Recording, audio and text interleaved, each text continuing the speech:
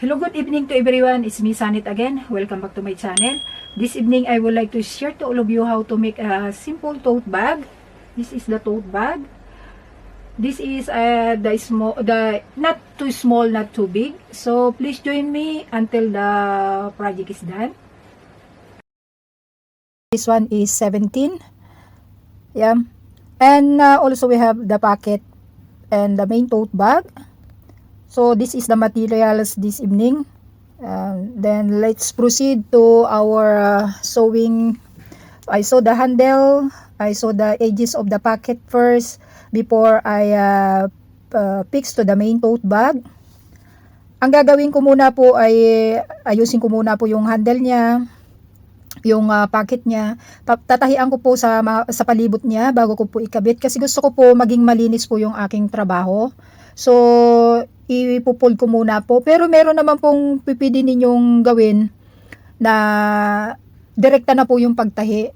Anuhan lang po ninyo ng i-iron lang po ninyo bago ninyo tahiin. Ay ang kaso lang po sa akin yung lamesa ko yung pinagpapatungan ko po napakaliit lang po yun. Tapos hindi po ako convenient sa pag-iron kasi napakaliit lang po ng space at saka gabi ko po ito ginagawa. Kaya naisip ko na lang po ay tahian na lang po siya para ma-fix po siya. Pero hindi po pero pipili rin po ninyong gawin na i-iron muna ninyo tapos can fix na po siya.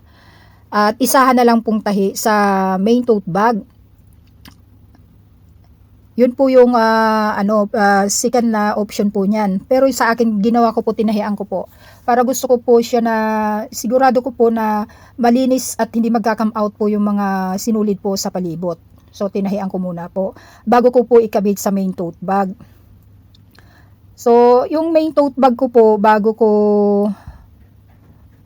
ko tahiin yun, ikakabit ko yung mga bulsa po. Lalagyan ko ng snap button at ipipix ko na rin po yung kanyang handle bago ko po buuhin.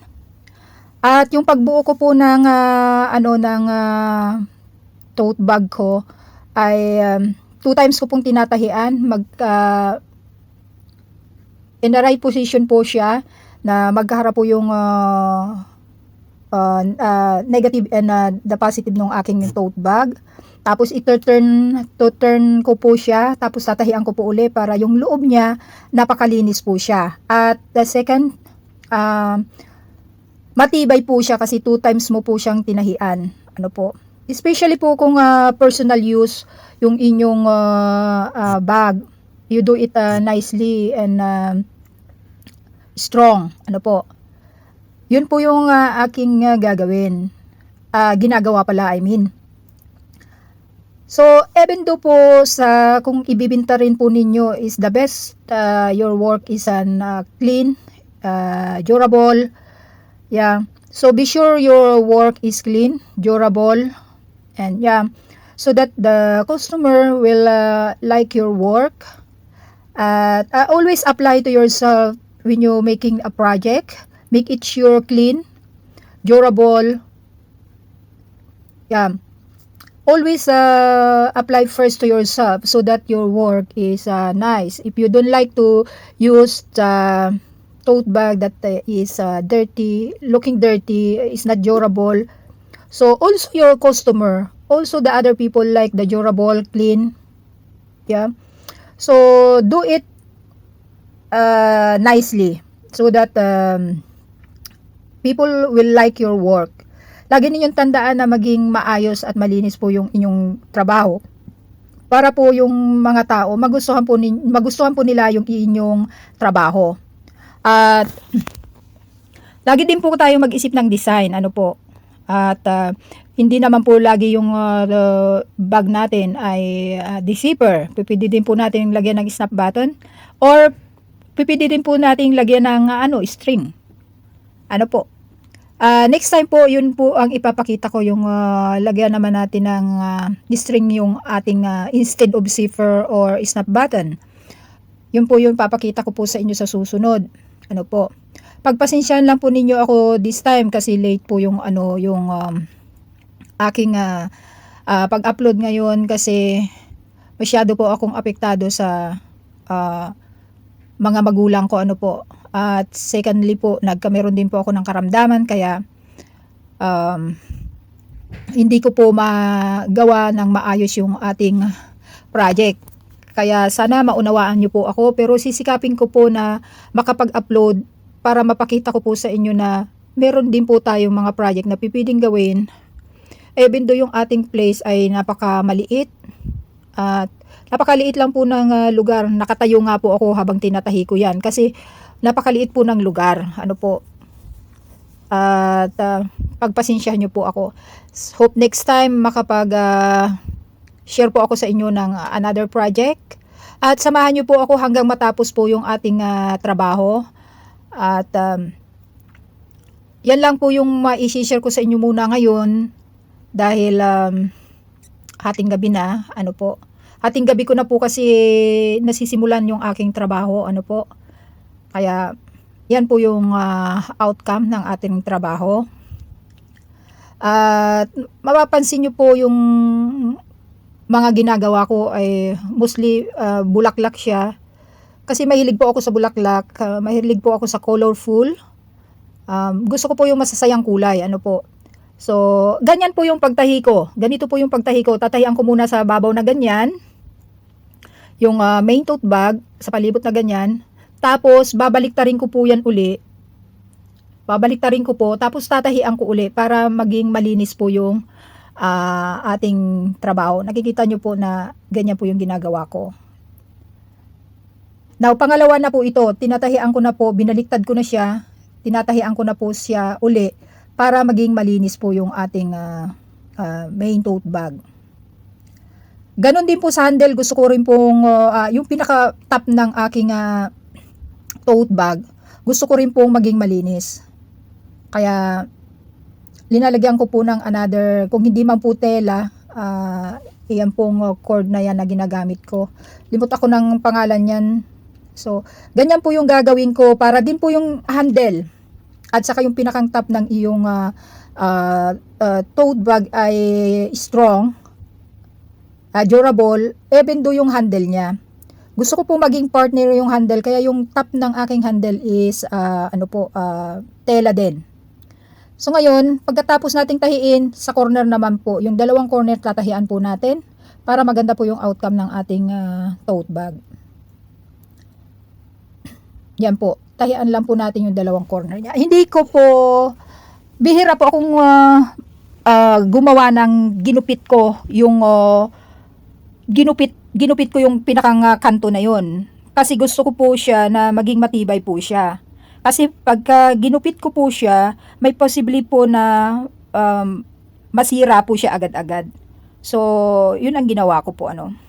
So ngayon, ipipix ko na po yung pinakang top ng aking tote bag. Ganyan po yung gagawin ko. Tatahian ko muna sa panabi, ganyan. Tapos maglalagay ako ng snap button para hindi siya nakikita. Yan po yung aking gagawin para matibay po yung ating tote bag. At malinis mong tingnan. So, continue lang po hanggang matapos yung ating ginagawa. Ayan po. Katamtaman lang po yung laki niya. Hindi po siya gaanong malaki at hindi rin po siya gaanong maliit. Ano po? Is nice. The size is just nice. Not too big, not too small. Ayan. So, that's my procedure how I make my tote bag. Because always I would like my work is clean. Because I always apply first to myself. Because I don't like to use tote bag that is not neat, clean, durable. So, I always apply first to myself so that my work is, the outcome of my work is, the same with how I want to be. Kung ano po yung gusto ko na gamitin, yun din po yung gusto ko na magamit ng mga customer sa mga nag-o-order. Ano po? Yung durable niya, ayan po. So ngayon, pagkalagay ko ng snap button, tsaka ko lang siya ididikit. Tsaka ko lang po siya ulit tatahian doon sa pinakang baba niya. Ayan po. So, tatahian po natin uli. yung ating tote bag, and then tapos na po siya. Pagkatapos nating tahian ay yun, tapos na po yung ating bag. At ituloy-tuloy lang po natin hanggang matapos pong tahian yung palibot. Ano po? Yun po yung aking ginawa. At makikita nyo po na malinis po siyang tingnan. At durable po siya. Ayan po. So kung kayo ay gagawa, isipin lagi ninyo na maging malinis, maganda, para magustuhan din po ng mga bumibili sa inyo. Babalik po sila dahil maganda po yung inyong trabaho. Ayan po. Sa lahat po ng anumang klase po yung gagawin ninyo, isipin niyo, i-apply niyo muna sa sarili mo. Gusto ko ba ito? Ganito ba yung gusto ko na gamitin? Hindi malinis, hindi matibay. Pag ang sagot ng puso mo at isip mo ay no, gawin mo po yung nararapat para yung customer mo, yun din po yung magugustuhan niya. Now this is the project after we sew the tote bag. Pagkatapos po ng ating tahiin ang ating tote bag, medyo malaki po ito pag hindi naka-fold. Kaya po siya may snap button. A little bit big when you didn't use the snap button. When you open like that, very sorry, my place is quite small. So that's why I put the snap button on it. Yeah, to fold both sides. Like that, both side, and then you can see the bag become smaller because of the two snap button both side, like that. Of course, I have snap button here, and before I put these things on the top to squeeze the handle, I put the snap button first. Yeah, and to this side, to hide the snap button, I put some ribbon. I put ribbon here. Yeah, it's very useful when you the magnetic button. Yeah, because automatically close when you use the snap button. And also have pocket inside. Have pocket inside. I didn't use a lining for today, but it's still clean. I never leave my work dirty. I would like clean. That's why I sew 2 times to those side. Yeah, so that clean even though inside, even though don't have any lining, is clean. Yeah. This is the purpose of my snap button both side.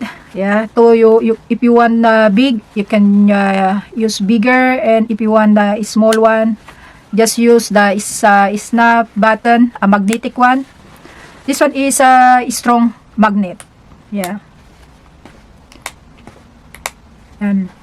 Yan po yung ginamit ko. Yan yung project po natin ngayong gabi. This is the project, and my fabric is not big. Yeah, so